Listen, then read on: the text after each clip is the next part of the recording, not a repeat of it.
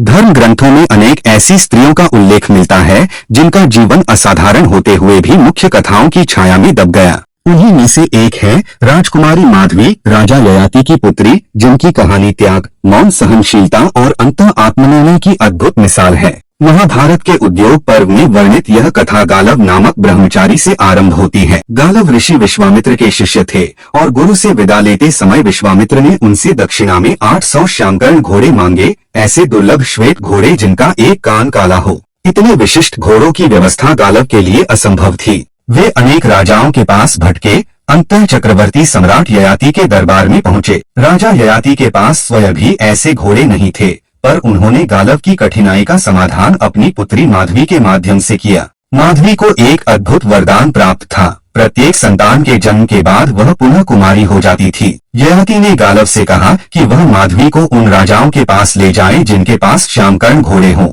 और बदले में घोड़े प्राप्त करे। इस प्रकार माधवी का जीवन एक मौन यात्रा में बदल गया। गालव उन्हें पहले अयोध्या के राजा हर्यश्व के पास ले गए। राजा ने माधवी से एक तेजस्वी पुत्र प्राप्त किया और बदले में 200 श्यामकर्ण घोड़े दिए। इसके बाद वे काशी के राजा देवोदास के पास पहुँचे, जहाँ फिर वही हुआ, एक पुत्र और 200 घोड़े। तीसरे पड़ाव पर उशिनर देश के राजा उशिनर ने भी माधवी से पुत्र प्राप्त किया और 200 घोड़े दिए। इस तरह 600 घोड़े तो मिल गए, पर अभी भी 200 शेष थे।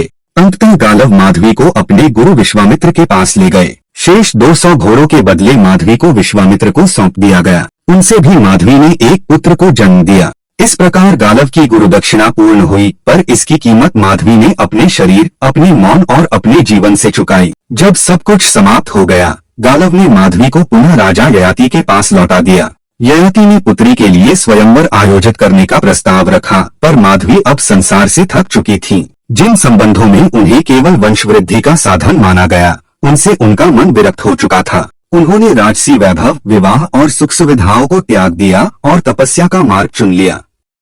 माधवी वन में चली गई और मृतचर्या अपनाकर कठोर तप में लीन हो गई। यह उनका मौन प्रतिरोध था, एक ऐसा निर्णय जिसमें उन्होंने पहली बार स्वयं के लिए चुना। उनकी कथा केवल त्याग की नहीं, बल्कि उस क्षण की भी है जब एक स्त्री, जिसे जीवन भर दूसरों के निर्णयों में बांधा गया, अंततः अपनी स्वतंत्रता स्वयं तय करती है। राजकुमारी माधवी की कहानी इसलिए अनसुनी रह गई क्योंकि वह प्रश्न करती है पितृसत्ता, सत्ता और धर्म के नाम पर किए गए त्यागों पर। वह याद दिलाती है कि मौन सहने वाली स्त्रियां भी अंततः जागती हैं और उनका जागरण इतिहास का सबसे शक्तिशाली क्षण बन सकता है। धर्म ग्रंथों से जुड़ी कहानियां सुनने के लिए चैनल को लाइक, सब्सक्राइब जरूर करें।